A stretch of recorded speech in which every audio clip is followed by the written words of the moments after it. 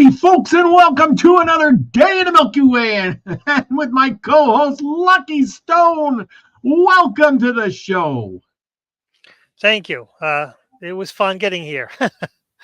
Computer issues, camera issues, whatever. I took my witch's globe and I teleported here. I'm a wizard. As it gets closer to Halloween, we're going to talk about things that go bump in the night.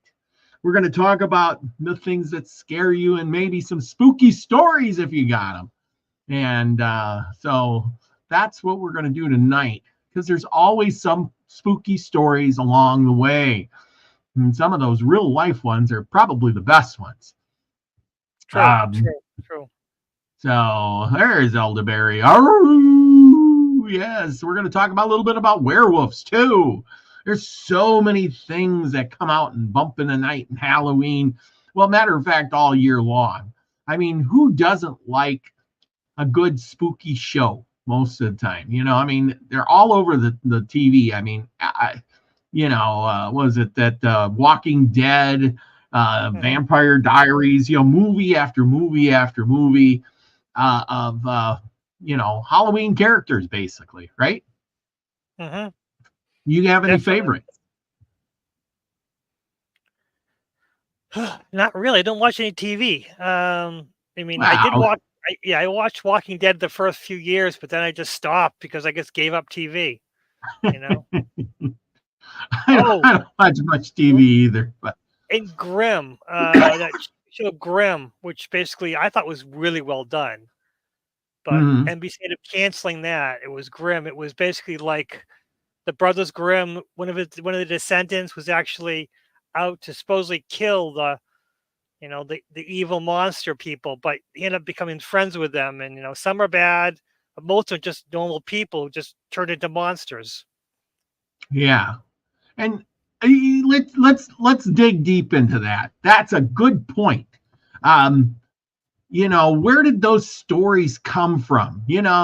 Little Red Riding Hood, the Three Billy Goats Gruff, Snow White and the Seven Dwarves, so, some of those, fairy tales or myths, some of the, you think about the troll under the bridge, was there really a troll under the bridge, or was it really a myth of a person under the bridge who was just scary as heck to all the little kids that went by? Yeah, that's a good point, because probably under bridges was a dark and secretive place, so they could do their whatever they needed to do. They could come out and scare people or rob them or something. So that's actually a good place, Well, even today, where do the homeless people go for shelter? Yeah, true. They live under the bridge. And if you live under the bridge and you're homeless, more than likely you got ratty, tattered clothes. You're kind of beat up. You may have, a shaggy beard. You haven't shaven or showered in days. You have an odor about you, and you probably don't have the best dentistry in the world either at that point. And you come up out from under the bridge, and all who see you are just terrified. And today I can imagine what somebody would look like, but just roll back the clock about 200 years when those stories of Grimm were written. What do you think those guys look like under the bridge? I mean, they were probably just, who knows? I mean, there were a lot of hermits back then. I mean, back then, actually, hermit was actually a job title where people would actually hire these people to be weird and spooky, to kind of guard parts of their land. You never hear about the hermits that people they actually had like a little house for them to live in, and they were weird and scary to tell stories and stuff, but also to keep an eye on some of the property. And the best way to keep it safe is to be scared of these people. There are stories about the hermits that I never knew about, so I started reading about it was I forget what the name of the term. There was actually a term for them in Germany where they actually had them living on your land to protect your land, and they were just weird, creepy-looking guys who basically would wear, layers of clothes. They were just made to look really tattered, but they had a place to live, and they were kind of weird anyway. So they kind of lived on the land and took care of it, and were weird, but were good to the owner of the place and kept everyone else away. Kind of works out really well. Yeah, like a living scarecrow. I mean, that could be where they got it. I mean, don't you remember the Children of the Corn and the scarecrows out in the field and it's kind of coming alive? I don't know. There's several movies like that, but anything like that terrifies people, especially little kids. And little kids, their imagination runs wild. Well, another big one is when I grew up, vampires. I had this fear of vampires maybe, coming up or a bat biting me. And I'm going to turn into a vampire. But, we're going to talk a brief history of these vampires. What do you think of vampires? Do you think that's a real thing, or it's a made up thing, or people just started acting like vampires? Because there are cults where people suck blood and do all that kind of stuff. What's your thoughts on that? Vampires? Yes. Vampires are like trying to, ask what water is. It can be in many different forms. I mean, there's the psychic vampires, who basically suck your energy out. Those are the worst. I don't think they're really blood-sucking vampires. I don't think they really exist. I think they're a scary thing that, because what's the weirdest thing? Having your blood sucked out, all your energy sucked out, and blood is your source of energy rather than thinking about the spiritual energy that they can suck out. But I never really. Also, I lived in the woods. I lived in the farm. We, as kids, we used to, to catch the bats, but that was something different because we had bats that lived in their barns, and rabies, horrible thing it was, but we didn't realize how dangerous it was. And we used to catch fishing nets and used to catch the bats just for fun. It was just weird. We were weird kids. I know we had bats all around, especially in the old house. There was an old house by my grandma's place, and man, the bats were in there, and you could hear them chirping and squeaking. They would squeak, and we would cringe, and every now and then you'd find one that fell from the rooftop up there down to the ground, and there it is. We were afraid that, like like you said, the rabies. My mom kept telling me, "Oh, my great grandma had a bat fall down and into her hair. It flew in her hair and it was tangled up and couldn't get out." And I thought, boy, that lady must have had some big ass hair. Yeah, we had those stories too. Oh, don't let the bats get caught in your hair. Get caught in, but they're not catching it. We're catching them in our nets. They're not going anywhere near us to get in our hair. That's silly. Yeah. We got a lot of trouble for catching the bats. But we never got bit. We were just dumb kids, Hell, we used to carry snapping turtles around just for fun. But supposedly the snapping turtles could bite your fingers off if you're not careful. And we're carrying them around like they're like suitcases, Oh yeah. Oh, I know. But the history of vampires goes back a long way. Yes. I mean, we watch them in movies and they look like this, but the early myths, even the Sumerians spoke of demons like Lilith and I don't know, other ones that they preyed on infants and sucked their blood. The Romans and the Greeks, they had influences on vampires and spoke of people who would feed on the blood, believe it or not. And it developed all the way into medieval folklore, of course, into Europe. And those legends of the modern vampire, they originated in the Eastern European folklore, where the tales of the undead with the creatures that rose from the graves to haunt the living and flourish. And that emerged in the 18th century. I think that was all built up on Count Dracula, Vlad the Impaler. He was.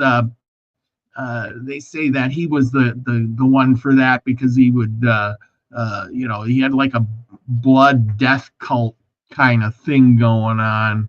And well, during the bubonic plague or the Black Death, many of the death and disease were attributed, believe it or not, to the vampire activity.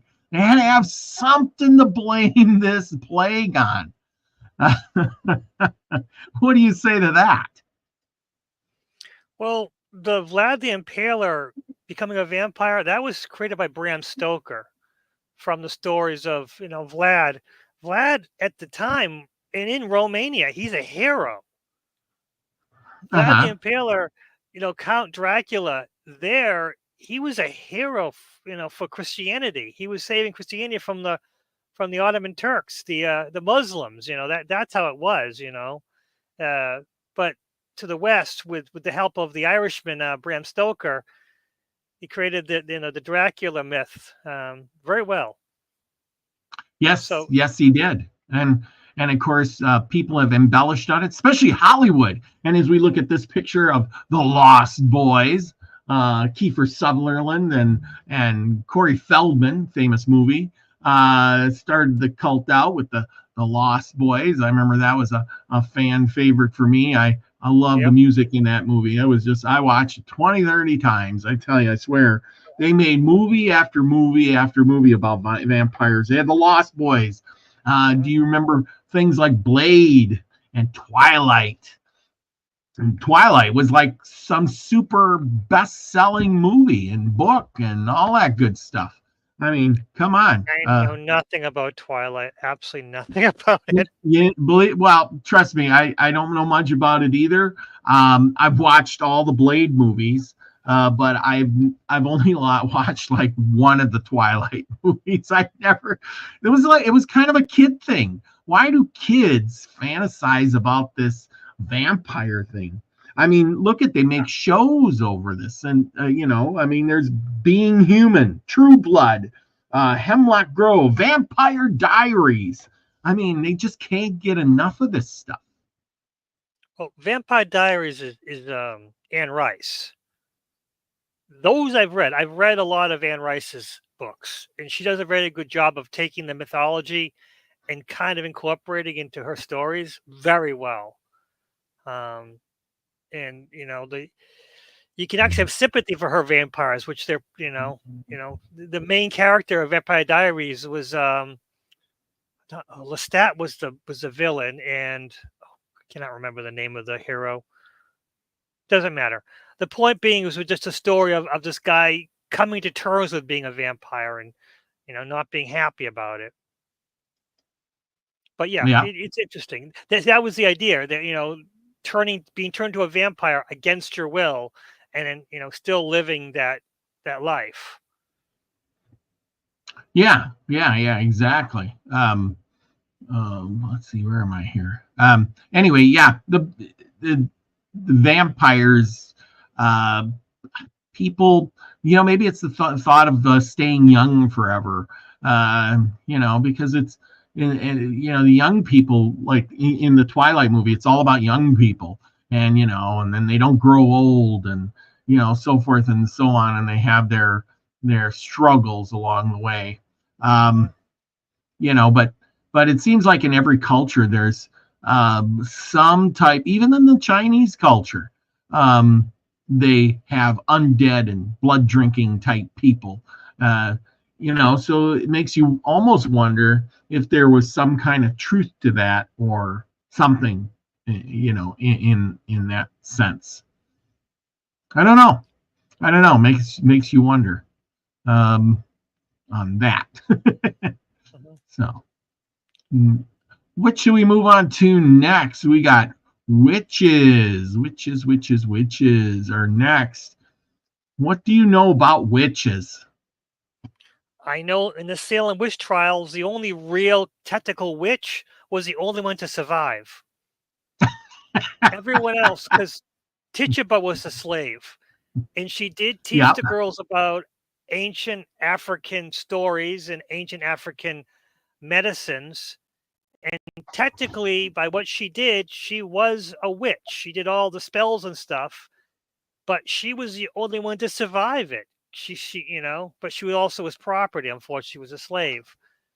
But she said, "Yep, I'm a witch. I'm sorry. It's what I am. I'll do it if you need." When she stayed and they took care of her, she admitted to it. The people that they stole their land, and the girls freaked out and had seizures around them. Oh, they executed. One of them was even a priest. They hung them. No one was burned. No one was burned anywhere in New England, but a lot of people were hung. And now Salem, Massachusetts is right now is a place you don't want to be if you're afraid of people, because it's packed. It's packed from wall to wall with people. Salem, Massachusetts in October is very packed. Why? For the witch thing? Yeah, absolutely. Yes, Really? they celebrate the witch thing. They celebrate. It's kind of like turning a tragedy into a victory. But again, like I just said, the real witches survived it. The people who were falsely claimed and were executed and murdered were the ones, who were not witches. They just, they had their property seized by their neighbors who coveted their property. Mm-hmm. Yeah. I know we went through this witch thing.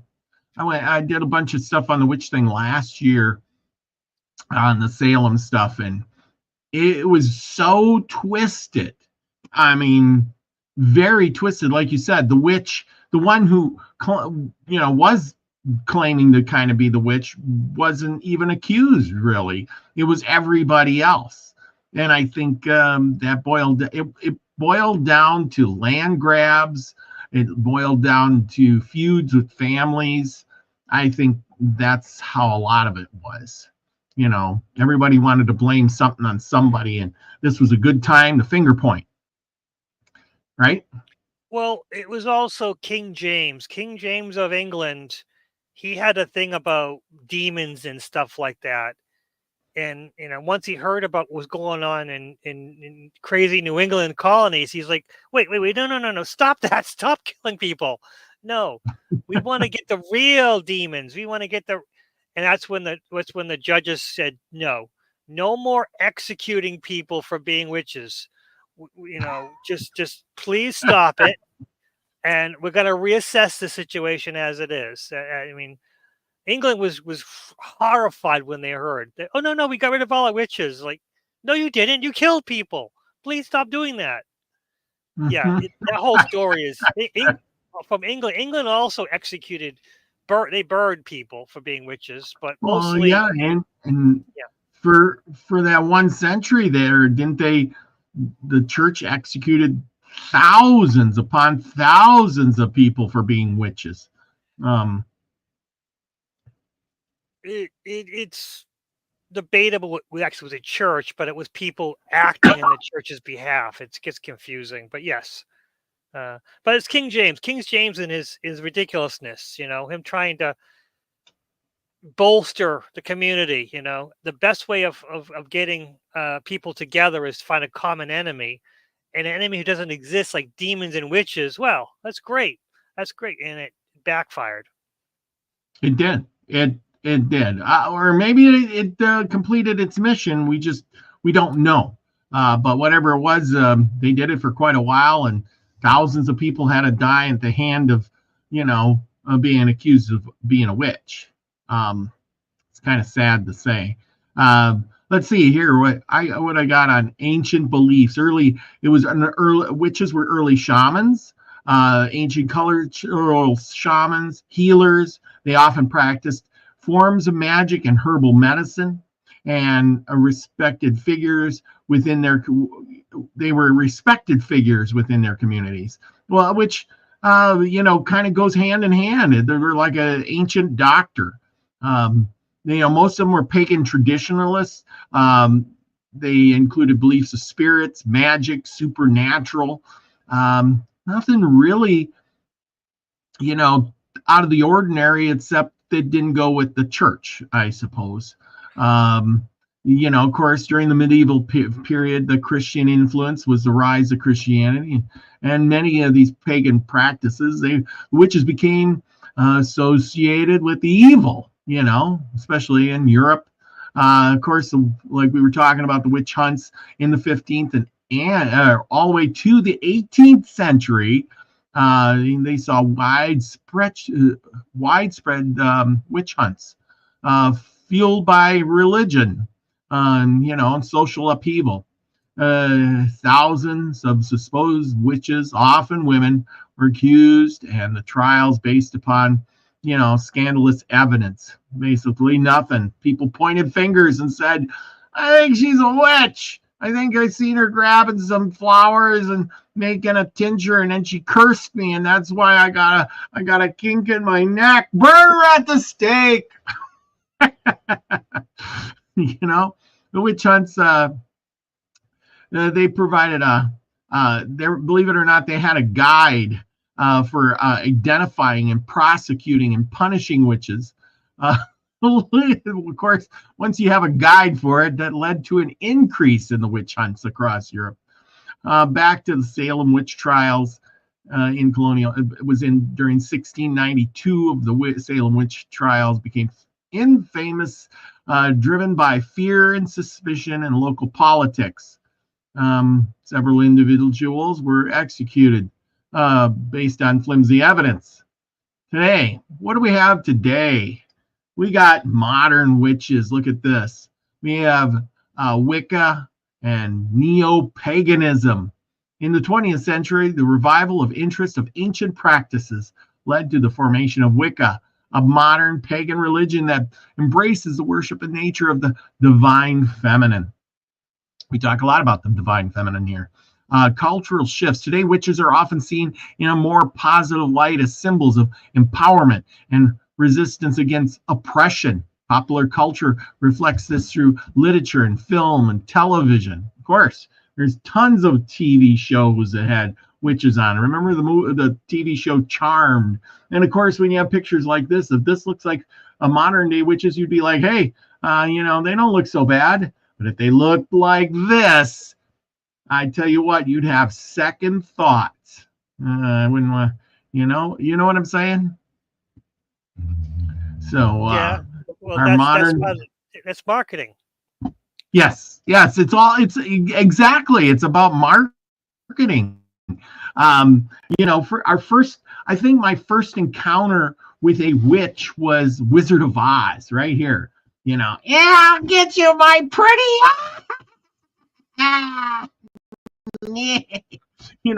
that screechy cackle, and the big black hat with the point, and her green skin, and them big long fingernails as she whisked away on her broom. Dorothy, I'll get you, my pretty.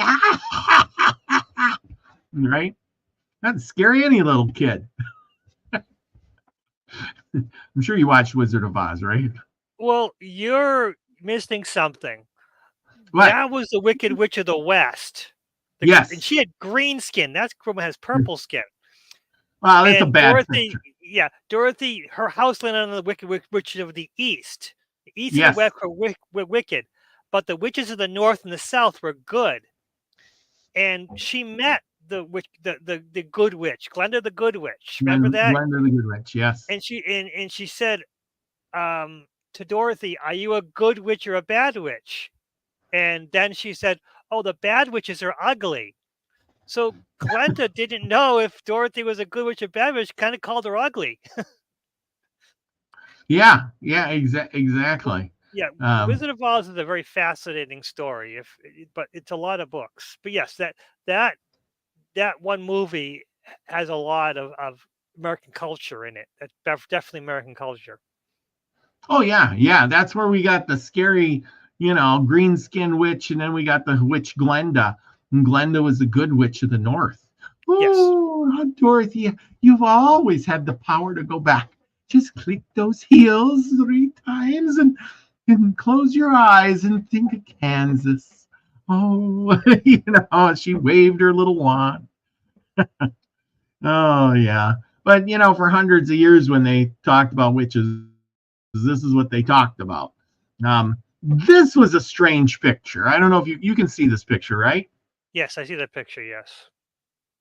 What's wrong in this picture? Well, she's riding the broom backwards. Yes. I don't know why this picture was like this with her riding the broom backwards. I don't know if this was it seemed like this was a very old picture, but I thought, what if they did, have we got it wrong? Did they ride the broom this way? Or did they ride the broom the other way? Why is the broom here and not there? I know. Drawings were representative of a real thing, and they worried that they would actually create or manifest this thing to draw to them. So they made it backwards to Could be. limit the power of whatever incantation or other creature would be drawn toward them. I mean, the Mm-hmm. cat's riding on her back. It's a familiar. There's all a symbolism in this, and I don't know it all, but this is an old wood carving. They carve wood to make these things, which is another thing.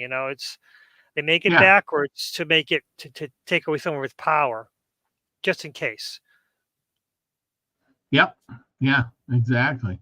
It just, like I said, just kind of caught me off guard. The next one we have is this one. Mhm. This one's kind of a new one. You know who this guy is, right? Yeah, I know the Slender Man. Yeah.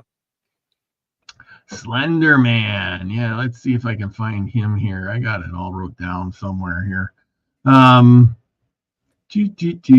Anyway, yeah, Slender Man is a new one actually. It's kind of a scary new one. Um, because he was just literally invented not too long ago. Um, you know, oh, let me see here. Yeah, he's an internet thing. The internet created him. Creepypasta. He's one of the first creepypastas. Yes. Yeah. Um, let's see. It's in the late 2000s actually. So he's recently new. He was created on a thread on an online forum. Something awful. And posted and edited. Somebody made photographs of a tall, faceless figure lurking in the background of images, accompanied by eerie captions. It makes me wonder, with computer and AI and all that stuff, if we won't see more of these eerie creations. He's usually depicted as a tall, thin figure in a black suit with elongated limbs and featureless face. He has a haunting presence and was often linked in the abduction of children. Believe it or not, that's who he was. It was spread through this site called Creepypasta. Have you ever heard of that? I said that. Oh, you Word did. for word, I said that. I explained who he is. I told you Oh, he's from okay. Creepypasta. Yes, Oh, I okay. know. I I was know who just he is. reading it. Sorry. Yeah, I know you're reading, and then you asked me if you heard of it when I had just told you about it. Yes, and there's a lot of Sorry, stories that. I got involved in this thing. Yeah. I was just I was thinking, yeah. Okay, you did. Um, I'm wrong. Sorry about the, all this investigating tonight, but these are some creepy pictures. I'm gonna. Oh, wait a minute, we're going too fast. What do you think Yeah. of this? But then here's the thing: Slender Man. They invented him, and Yes. then I think he literally came to life. He was like an egregore. We've talked about egregores and things. If you feed them, like basically like a Santa Claus. Santa Claus isn't real, but we feed our imagination, and now he is real. And Yes. I think that's the same with Slender Man. You If you not think have so? enough people believing in it, yes, it'll create something. A tulpa or an egregore. Tulpas are Yeah. individual created. Egregores are multiple people creating. And unfortunately, egregores are very powerful by, whatever the mindset of the individuals, and they'll do as they need to do. Yeah. And I think you can see by these pictures. Oh, not that picture. This picture, with a suit, long arms and a suit and a creepy face. This is modern day with a suit and tie. You know what I'm saying? And that this is definitely modern day. No face, faceless kind of person. He goes a lot with the hat men or the shadow people. He kind of follows in that kind of, if you and the shadow people have been around for centuries, so he kind of fits in pretty well with them, except for the shadow people are normal people height. He's he's like 8 feet tall supposedly. So, but it's a scary thing, and if it's a creature or a demon and wants to survive off fear, a little appear is the most scary thing it can do, and Slender Man fits that bill really well. Yeah, he does. He does. How about Mothman? Have you ever heard of Mothman? West Virginia? Yeah, I've heard of Mothman. Usually he's a harbinger of something bad going to happen. Yeah. Yeah. He comes out and, before bad things happen or whatever. And let's see. I got him written down here somewhere. Where did I write him down at? Mothman. From the 60s, believe it or not. So he's fairly new too. Mm-hmm. The first sightings, first sightings of Mothman were November 12th, 1966, when 5 men were digging a grave. Ooh, this gets spooky right off the top, near Caledon, West Virginia, and claimed to have seen a large human-shaped figure with wings. Then there was Point Pleasant reports. In the following weeks, numerous sightings were reported in and around Point Pleasant, with witnesses describing a tall, gray creature that had glowing red eyes, and large wings. Of course, this attracted media attention, and this odd-looking thing, it was spotted near an abandoned munitions factory known as the TNT area, leading to speculation about its origins, including theories of being a government experiment or an alien. Well, as reports continued, local coverage began covering the sightings and capturing public interest and fear. A tragic event happened on the 15th of 1967, December 15th. The Silver Bridge, which connected Point Pleasant to Galapagos, Ohio, collapsed, resulting in the deaths of 46 people. Some locals linked the tragedy to the Mothman sightings, viewing it as an omen. So, getting back to where you were talking about, then bad things happen, and Mothman shows up, and you better beware. Something's going to happen. And I wonder if that's the only place Mothman's been seen. Well, in West Virginia, the area he was supposedly sighted, he's a hero. He's like a mascot. They have statues to him. They have festivals to him. He's for a cryptid. He's actually seen with very, very positive light. Wow. They don't see him as evil. They see him as basically a warning creature to warn you and be aware. If you see him coming, something bad's going to happen. He's trying to warn you and try to help you avoid it. At least that's the rumor I heard. Well, right. I don't doubt it, but it's just kind of creepy that this kind of creature comes in, just before events of things to pass come. It's harbinger of whatever. Okay, so this was the thing, origins. They even made a movie about this guy in 2002. Believe it or not.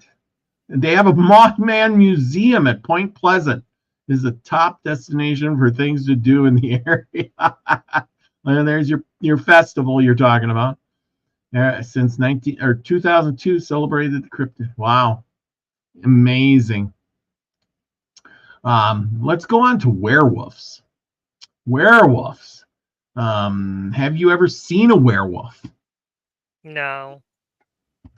Oh, this is werewolves are from Old English folklore. And occasionally, they're shapeshifters from human to a wolf, and they do all kinds of things. They're all from the late Middle Ages, things like that. You see that critter walking in your backyard, you too could be scared. I tell you, it's enough to frighten anybody. Well, werewolves were men. Wolfmen's were women. Were female werewolves. With what? Yeah, yeah. What is werewolf means man, wolf, and for back in the day in Old England, it was wolf for a woman werewolf. They were Oh, that didn't stick very long. So we oh, consider yeah. all half human, half wolves werewolves, but actually back in Old England, they called them wolves for women werewolves. Werewolves are some of I think between vampires and werewolves are some of the favorite things that come out in the dark to scare people. And they've been some of the things that have been around the longest. Werewolves here, mythology of werewolves. The stories of human animal transformations can be found in ancient myths and Greek mythology. The story of the Lycans, who transformed into a wolf by Zeus as punishment, is one of the earliest accounts. Romans had literature also featured tales of shapeshifters. According to medieval Europe superstition, the belief werewolves became widespread. Many communities held fear of witchcraft, and individuals accused of witchcraft were sometimes believed to have the ability to transform into wolves. Of course, legal prosecutions during the 16th and 17th centuries, werewolves trials, not only witches, but werewolf trials took place. Similar to witch trials, people were prosecuted for allegedly being werewolves, also resulting in their execution. Wolfman phenomenons. By the 19th century, werewolves began appearing in literature and popular culture, of course. Stories like the Wolfman and captured the public's imagination, blending horrors with human struggles. Of course, then it went to films. In 1935 was the first Werewolf in London. And how many have they made since? About 10 more of them. And of course, in modern day, we have horror movies and fantasy things and books and TV shows and movies. Howling, the American Werewolf in London, some of the Twilight series. Of course, there's multiple werewolf movies. The Beast of Bray Road, The Wild Country, Love Bites, Blood Man, Skinwalkers, Never Cry Wolf, Nature of the Beast, Werewolf, Beast Among Us, and Hair of the Beast. Yeah. Werewolves are everywhere. And you still see it on YouTube. I mean, I've watched YouTube a lot of times, and they're on there, and they're always talking about a werewolf. Somebody's seen a werewolf. It was running down the road beside their car. They had pictures, jumped over the car, and especially like in Arizona. Seems to be a big werewolf state. I don't know if that's true or not, but I wouldn't want to meet up with one. Well, in France in that kind of time, 1400s to 1600s, they had a problem with this giant wolf eating people, and I think you've got a very intelligent breed of dog, the border collie, one of the most.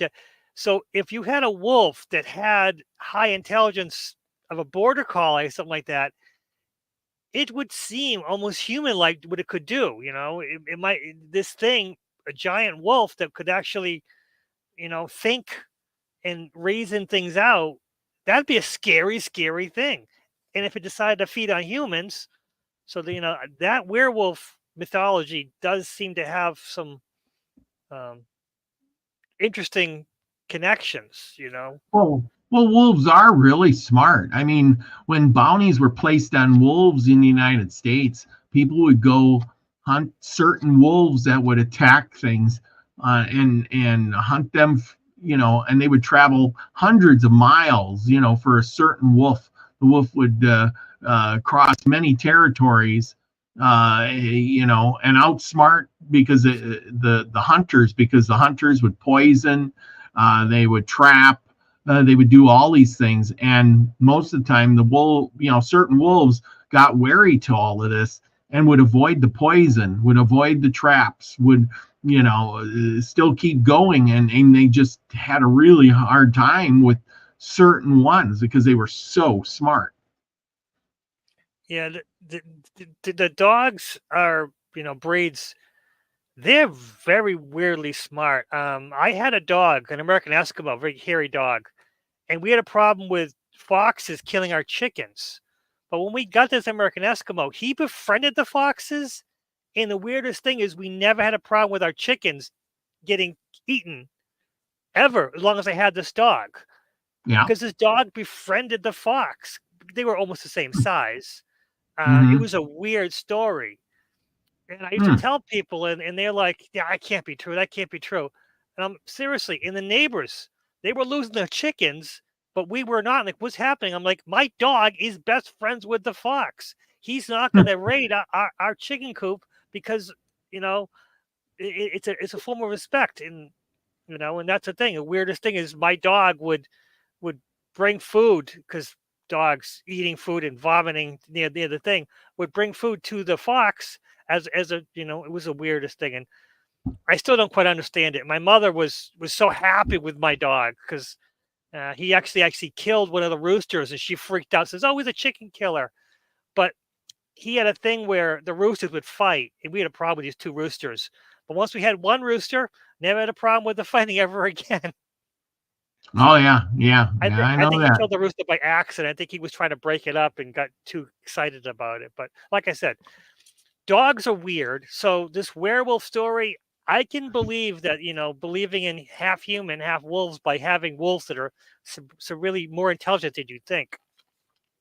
Oh, yeah. Yeah. I think they very much are. I mean, they travel in packs. They have, a pecking order. It's like a wolf pack, right? Yep. Who leads the wolf pack? Do you know who leads the wolf pack? If they're running down the road, and you'll see them going, and if there's 10 wolves in a row, who's in the front? That's usually the leader. Nope. That's not true. You're reading old bad biological news. I read that. You think the young are at the front, and the guardians are in the back. They'll put the older wolves will go in the front, and the younger wolves will be at the back, because if the older wolves can't keep up, then they'll fall. They'll fall back, because the young wolves will run ahead. You know what I mean? All the energy. So the older wolves will be in the front, and the younger wolves will be in the back. Okay. I was reading that somewhere, and I thought, well, because that way the old wolf, they keep pace with the old wolf instead of the old wolf having to keep pace with the young wolf. And I can see that, because even when, you go hiking with somebody and you got some young kid, he'll, out hike you and run off, and it's like, oh my God, you're just going too fast for us old people. Yeah, that's but me. I'm usually the ones running up ahead to scout things and come back again. Yeah. Yeah, and then of course you go, we can't keep up. Well, if you put the old person in the front, well, then you can just keep up. But anyway, we got to move on to the next one. Let's see, what do we got next? We got the Wendigo.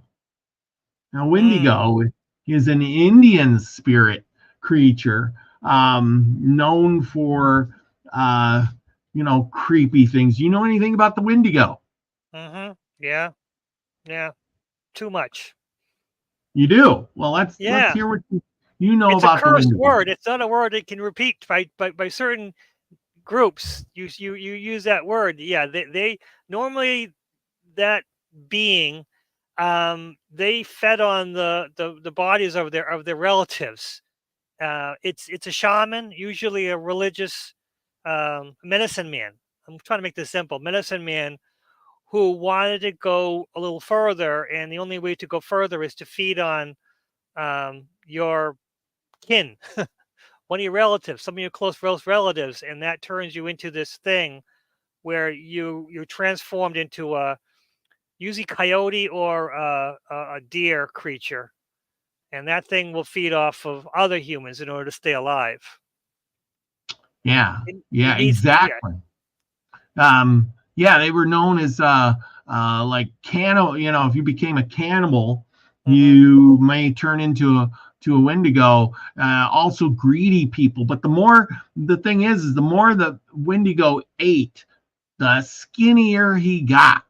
And so he had to keep eating more and more and more. Hmm. And literally, became a concept of his own creation. By eating a little, he ended up eating more and more, and then used the skin of his captives as his own skin, and so forth and so on. So, very interesting with that, with the Wendigo.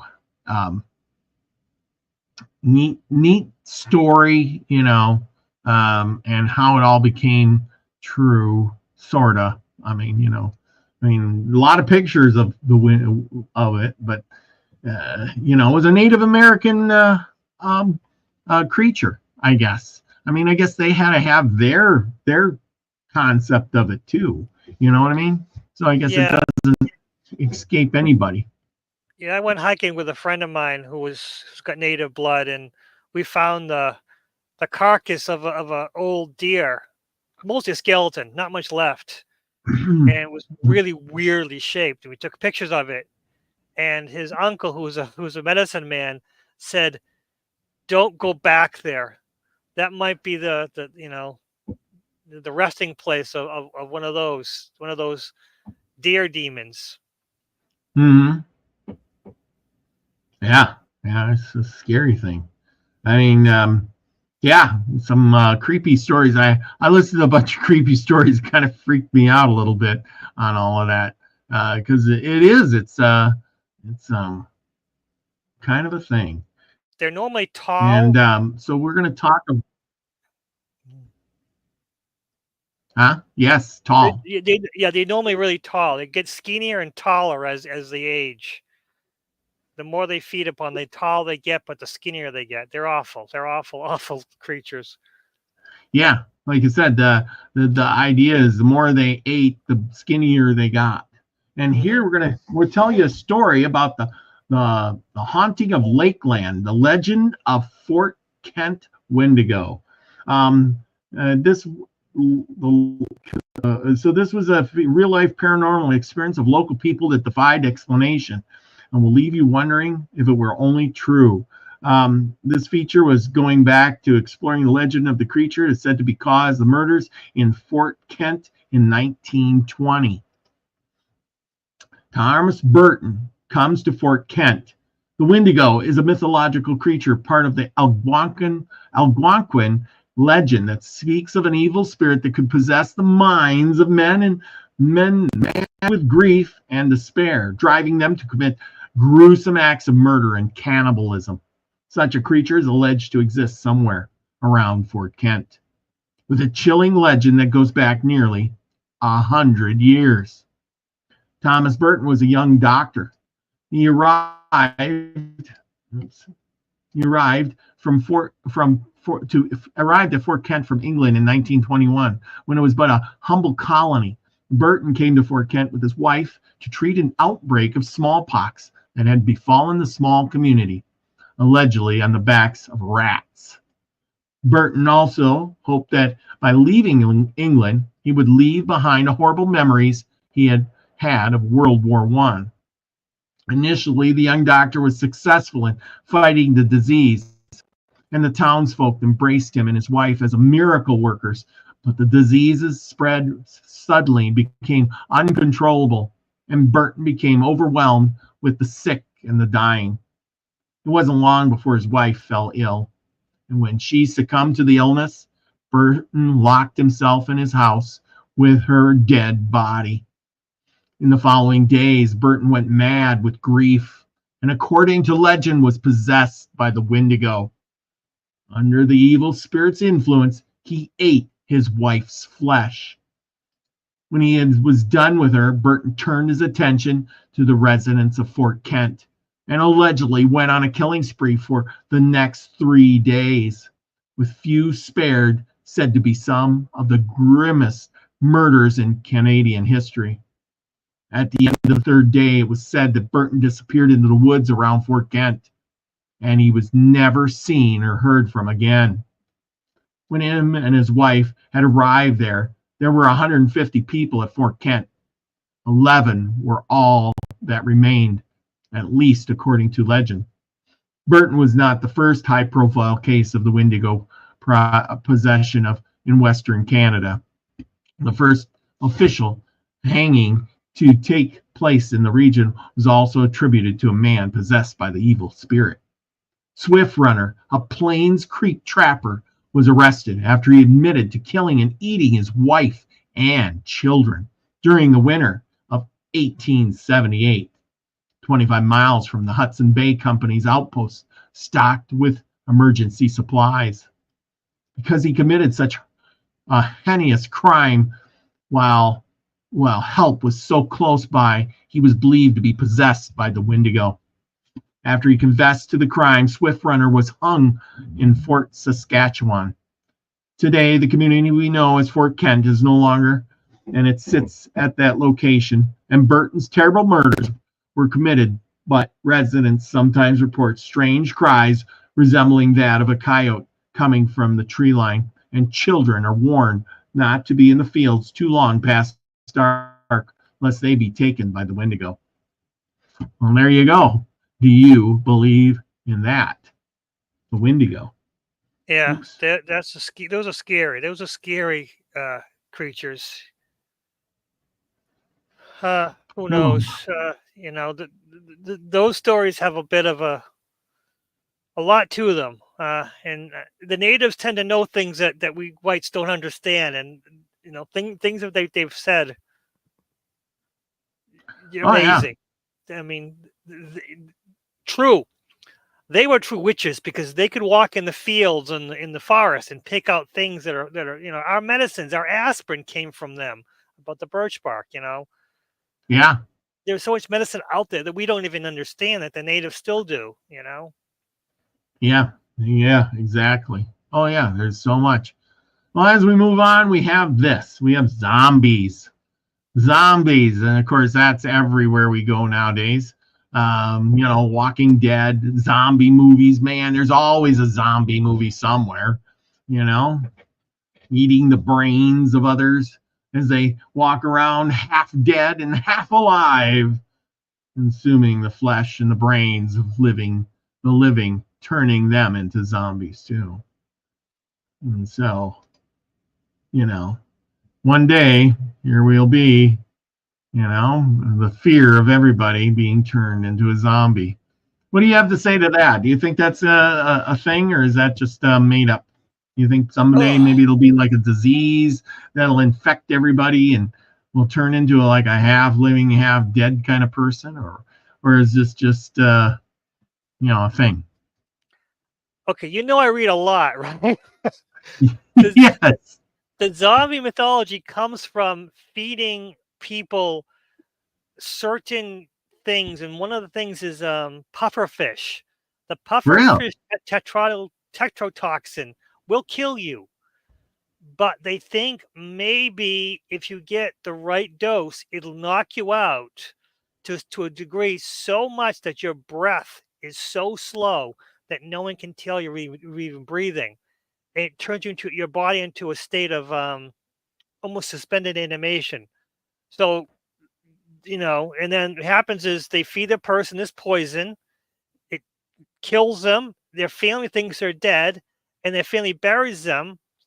And then, the witch doctor digs them up, and now, they've recovered because, again, they're in a coffin, breathing slow, heartbeat slow, so they can keep them there for a few days to a week, and they'll just stay in this, and they dig them up. Now they have a slave who now is still recovering from the toxin, and they just tell them that you're now my slave, and then they work for them and live with them for as much as possible until they either get freed. Yeah, the Haiti and their zombie situation was pretty bad for years. There's a man called Wade Davis who was a Harvard professor. He studied this. Fascinating story about the zombie medicine. And he wanted to use this to help make anesthesia because it knocks you out. You don't breathe, and that's the problem. It was so effective that they realized we don't know if these people are dead or not until hours, maybe even a day later, when they either wake up or they don't wake up. So that didn't go anywhere because it was too good. A medicine is too good, and anesthesia is too good because you don't know if they're dead or not. Yeah. That was 30. It was 40 years ago, so maybe it'll come back. Who knows? Oh yeah. I don't disagree. Some days we all feel like we go to the office and everybody in there is a zombie. Well, yeah, actually, that's a good point. That I lost it. If I had my cell phone, that's my zombification thing. That's our zombification thing. The damn cell phones. Yeah. I don't even know where mine went. I lost my cell phone. Oh well. I use my wallet. Yeah, these things, these evil black boxes. It's my wallet, but yes, zombification is our cell phones. Yes, and I do believe that. I've seen people like do crazy stuff when they're on their cell phones. I mean, that's why a lot of people get in car wrecks now, because they're on their cell phone. I mean, of course, some days you get up and you go to work and you look like this. You kind of feel like a zombie. I gotta work. Oh yeah. Okay. Yeah. Well, that's enough to scare you right there. Zombified. The Walking Dead special effects guys, they did amazing jobs. They did really good. They kept with the story. I haven't watched it in years, but they really knew. As the show went longer, the zombies were rotting more and more. So they actually had a plan for them. That's why they had to end the show, because they basically, they needed to go a different direction, because, eventually, even if there was going to be the Walking Dead kind of life, eventually all the zombies are going to be dead. They're going to rot away. Their legs are going to fall off. They're not going to be able to move. So. Oh yeah. Is that show? The show must not be on anymore, huh? I think they ended it, and I think some of the characters from the original show are going to go into a spin-off, because the main characters it was based off a comic book series. Yeah. And unfortunately, the comic book series and the series took a whole different path, because the son, who they killed off halfway through the show because he kept aging too quickly, he kept growing too quickly. So what happened was the father died and the son took over the story. But that was the comic books. But in this, and against the main character, he was done with it. He didn't want to do it anymore, and they really couldn't do it without him. So, it's an interesting story. It was an interesting idea. And they never used zombies. It was always walkers. It was kind of weird that he did that, but yeah. Huh. Interesting. And The Walking Dead was never about the zombies, which is about what human psyche would do and how people will fight with each other over resources, rather than getting together and uniting, because everyone who got together and united tend to have to fight off the people who were just trying to steal from them. It was basically a psychological thing. The zombies were a horrible thing, but it was most about how people interact with each other. Yeah, which wasn't very good, because people get to be pretty bad. Yes, that is true. So next on our list we have goblins. Goblins Goblins, a fictional folklore creature. Goblin derives from the old French word goblin, which has been, as who knows what its origins are. They appear in different forms in folk tales and fairy tales. They have supernatural powers and can be traced back to pre-Christian beliefs, believe it or not. They have a Celtic influence. Similar creatures are leprechauns. They share characteristics with the goblins. They're kind of a trickster.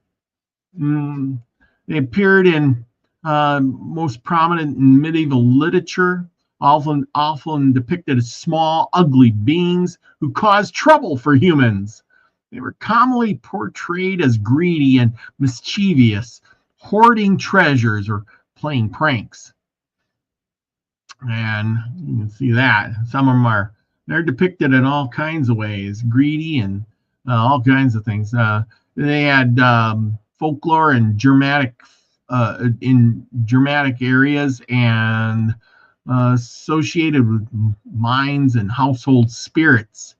In the 18th and 19th centuries, goblins appeared in fairy tales such as the Brothers Grimm. I think we talked a little bit about that earlier. They had goblins began to symbolize the fears and uncertainties of unknown, representing chaos and disorder in the world, striving for rationality. In fantasy, in 20th century, of course, goblins found prominent place in playing roles in games and the Hobbit movies and things like that. They appear in different cultures, adapting to fit narratives of mostly mischievous and malicious traits. So there you go. We all know what a goblin kind of is. It's kind of a badass leprechaun that steals your gold instead of hoarding his own pot. Don't you think? I mean, people are horrible, so goblins probably have to be kind of mischievous and evil to get around the people and their troublemaking. Yeah, and they could be big and small, all kinds of sorts of sizes. Goblins. So if you have a little confusion in your life, a little chaos, maybe you have a goblin that's, taking his quirks out on you. How about that? Put it that way. Yeah. Oof. They're kind of freaky little creatures. Kind of look like Yoda. Yeah. And then we got this one. We got trolls. Trolls is another big one that comes up during Halloween. Trolls.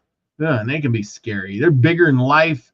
Kind of like a goblin, but only larger. There they are, big and badass. They kind of eat you, Trolls. I don't know much about trolls. I think they're more northern. I think they like colder regions or something like that. They're big though, Vikings, Yeah. Vikings, something to fight with the Vikings, something to be able to take on the Vikings. Yeah, exactly. Yep, Nordic mythology. They were depicted as large, brutish beings living in remote mountain caves. They're often associated with chaos and danger. Of course, they could create danger. They were giants. They were in the Middle Ages. Trolls became more defined as Scandinavian folklore and portrayed as malevolent beings and kidnapped humans, especially children, were known for their cunning and trickery. They were ugly and had exaggerated features and were said to turn to stone when exposed to sunlight. So there you go. Popular culture, troll has evolved into at the present creatures in modern fantasy, from friendly and comical versions. Remember, what's that guy on that show talking to the donkey? What's his name? Shrek. Shrek. Yeah, he was a troll, and he made it out to be all happy, yippee, skippy. No. Shrek was an ogre. Oh, he was an ogre. Okay. Which Okay. was probably was kind of like half goblin, half troll. Ogres are kind Yeah. of green and big, so They had trolls in hybrid. The Hobbit. The Hobbit movie had trolls, though. Yes, we definitely had trolls. Yes. Yes, trolls. So there we go. There's our cryptid features for tonight. Anyway. Yeah. So anyway, and it brings us back to Halloween. The creepy crawlies at Halloween, big spiders, pumpkins, witches flying back and forth. But is it all scary? Yes, it is, and it can be, and it depends on how you look at it. Well, that's just my life because I'm surrounded by spiders. Yeah, there you go. Oh boy. Gaza says these all came from the dark ages, I reckon, and maybe back in those days they probably were real life fairies. We just don't see them now. That's probably true. That's probably true. We don't allow ourselves to see them, because we were conditioned not to see them. Do you agree with me on that? We were Yeah, I mean, conditioned not to. it's just the life we lead. I mean, these things need more nature areas, and we don't have much of that much anymore. So, we kind of avoid that kind of area. Most of us live in rural areas now or suburban. You know. Yeah, and that doesn't mean that there can't be fairies or things like that. Trolls or whatever walking around after dark. It's just that I think if there is trolls or these things or goblins or leprechauns or whatever there is walking around, I think they live in a parallel reality to us. A higher or lower dimension that we just can't get into because of the uh because of our low vibration or something like that. I don't exactly know, but Could be. because people do see these things every now and then or see something of them or see, and that's the thing is we don't see a lot of things where our eyesight is we only see a small spectrum of reality, a small spectrum of whatever's going on, and it makes you question everything. If we do live in a hologram, we're living in our own little version of it. Right? Yeah, that's the truth. That's the truth because we believe that we see everything in so many colors, but actually there is more colors that we don't see that outside of that we can even our vision. So there's things that in our natural life that we don't see because of our limited vision, and we think we have the great vision of any animal. We really don't. But Yeah, I've read so many stories where somebody will be out hiking or whatever, and all of a sudden they realize that they're not in the area that they're supposed to be hiking, and the scenery has changed, and then all of a sudden they're everything's either greener or it's mountainous more or something has changed, and eventually they come across some trolls or gnomes or whatever, and then they usually they don't get captured obviously, and they see these people and they get scared and they hide behind something and they watch them for a while, and then at some point or another they take off running and run back through the porthole somehow, and they make it back, and then everything changes again, and then sometimes they wonder where they've been and how long they've been gone, and I think maybe there is portholes to get to the other realms, or who's to say there isn't. well, when I was a kid, we used to have there was like this whole section of forest, And my mother and I and my sister, we went and took some new ways because it was a whole open forest area, open, wide, acres and acres of swampland with with trails. And my mother and sister wanted to go to the bathroom, so they had me take a separate trail that was going to meet up with them. Well, I had figured I was gone, got lost for about an hour. I didn't get home till dark. I was gone for 7 hours. And we still Wow. don't know where I was gone for 7 hours. But I had my pony, and I never saw anything special, anything scary. But I was gone for several hours with me and my pony, and I only thought I was gone for an hour. It didn't bother me at all. It was probably late winter, so it was a little chilly, but it didn't bother me at all. My pony was happy as hell. And weird things happen. Yeah, going through portals. Maybe I did, maybe I didn't. But yeah, I got in so much trouble. And my mother's like, "Oh, where were you? Where were you? Where?" I followed the trail, and I kept following the trail, and then I came out to a whole section way, way, way far away. Was actually near the state prison. I came out near the state prison, and my grandfather drives. So I'm on my way home, riding my pony down the street because the street's gonna get me home. I knew where I was. Grandpa, where the hell you've gone for 7 hours? I'm like, nah, I wasn't gone for an hour. The trail took me here. I don't know why. So yeah, things happen. Things happen in forest areas. So who knows what happened? Yeah. Yeah. Where I was gone for 7 hours, who knows? Speaking of forested areas, have you guys ever read this book, Missing 411?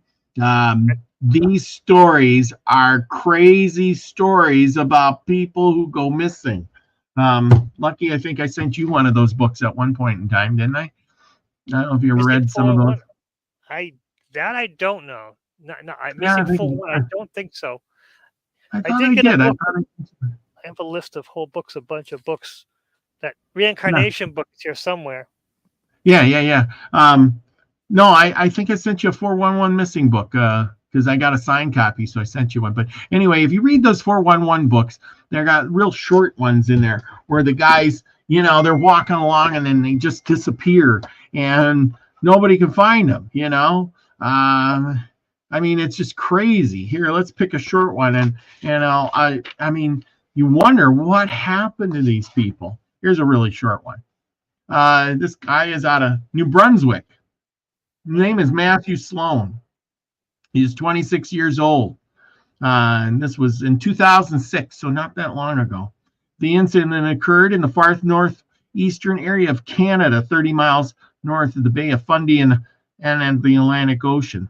Okay, Matthew Stephen Sloan was a well-rounded young man and involved in sports in the community. He had a degree in kinology from the University of New Brunswick, and followed by attending he was well-educated, put it that way. Throughout his years in school, Matthew played and coached sports. He committed several summers to the District Soccer Association, and he coached summer soccer. Anyway, on September 17, 2006, Matthew went to the Harvest Jazz Blues Festival in Fredericton. His exact activities during the day are vague, either that night or that late at night on the 17th or earlier the following morning. He disappeared. There was a search that looked at the St. Johns River and surrounding neighborhoods. Search dogs and ground personnel found nothing to point in any direction. In the early morning hours of September 23rd, a young lady crossing the Thorpe Walking Bridge saw something unusual in the water. She called the police, and they recovered the body of Matthew Sloan. Very soon, very few details are available about the condition of the body. The coroner in Fredericton did an analysis of Matthew's body and came to a somewhat unusual conclusion. They could not determine the cause of death, and this is the conclusion reached in several cases. So anyway, he was at a music festival and somehow he ended up in the river, kind of like you on your pony, and you could have ended up in the river somewhere and nobody would have known. But, that was all. Yeah, it was all swampland. It was really weird. I mean, but the trail itself was dirt. It was just the swampland was on either side. A lot of it was iced up.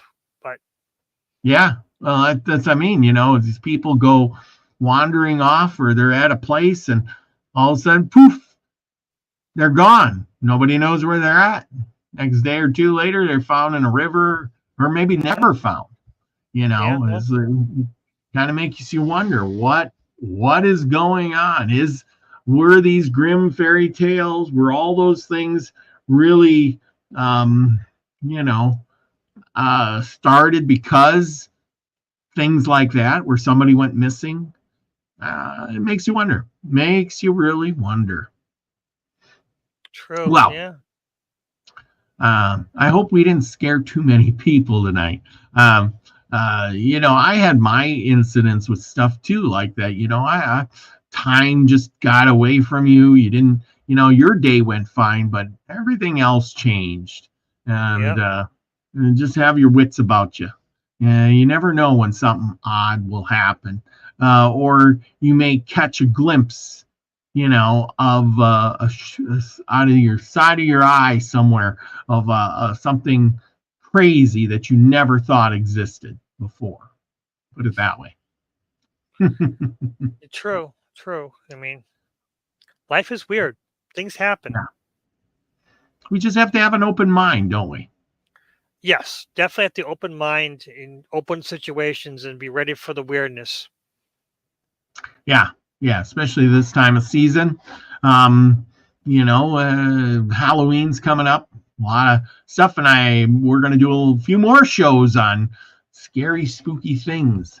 Everything from aliens to Bigfoot. You name it, it's coming out. We're going to have vampires and goblins and stories of missing people, because it's all relevant. This is why Halloween is what it is because of, that shamanic healer down the road casting spells and conjuring herbs and tinctures, and making people well when we know darn well they were sicker than a dog and nobody could cure them. Right? Yeah. Maybe they should be burned at the stake. So anyway, I think that's where it all boils down to. You have your local doctor, and then you have the local witch, and the witch cures somebody where the doctor couldn't, and then who knows, maybe the doctor got jealous and said she's using black magic. Well, you got to remember the witches back then were using, herbs and medicinal stuff and tinctures, while the doctors were bloodletting, were sucking the blood out of people. They were doing weird things with blood and bile and stuff like that, which was probably killing a lot of people. So the witches are probably much more successful with their natural healing rather than bloodletting and stuff like that. So I can see that it being tough when the witches are curing more people more successfully than the doctors who are supposed to have all this education. Well, isn't that how the barber got it? The barber was actually the local doctor. That's why when you see the barber thing and it's going around with the red, that's the bloodletting. There you go. Apparently. You got the bandages. Yeah, that's what the barber pulls the bloody bandages being to dry. Crazy stories. Crazy things we didn't know about our own world. Oh man, it's been a good evening. We better sign off. Go check out Max Vision. He's doing some remote viewing. That could be considered witching or witchering or something witchcraft. like that. Witchcraft, yes. Max is doing witchcraft. That's right. Go join him as he does some mind reading witchcraft. And don't forget to check out Nina the Mystic. She's having her annual Halloween party, and I will be there all dressed up. And you don't even have to dress up, but if you want to. And she's got a giveaway going on. Go over there, and all you got to do is put a comment in below the video. So check that out. Other than that, join me with David Null. He's out. Oh, by the way, he's out of the hospital. He's out of the hospital, and he's doing all right. So join me and David Null on Tuesday for Native American Myths and Legends. So We will be on this Tuesday. Last week we didn't. He was in the hospital and I had to work, so we had to skip 1 week. So, well, that's just the way it goes. And what do you got planned? I hear you got a big one with Courtney next week.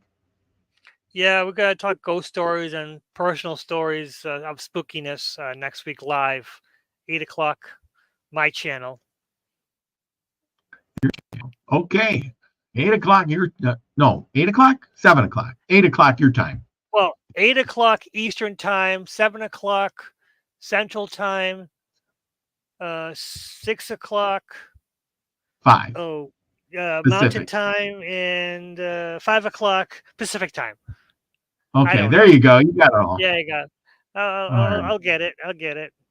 There you go. There you put the link in there to Max's channel. Go on over there, check him out. We're gonna maybe get over there too. So, well, with that, remember everybody, go out and be the frequency you want to receive, even if it's a little bit magical.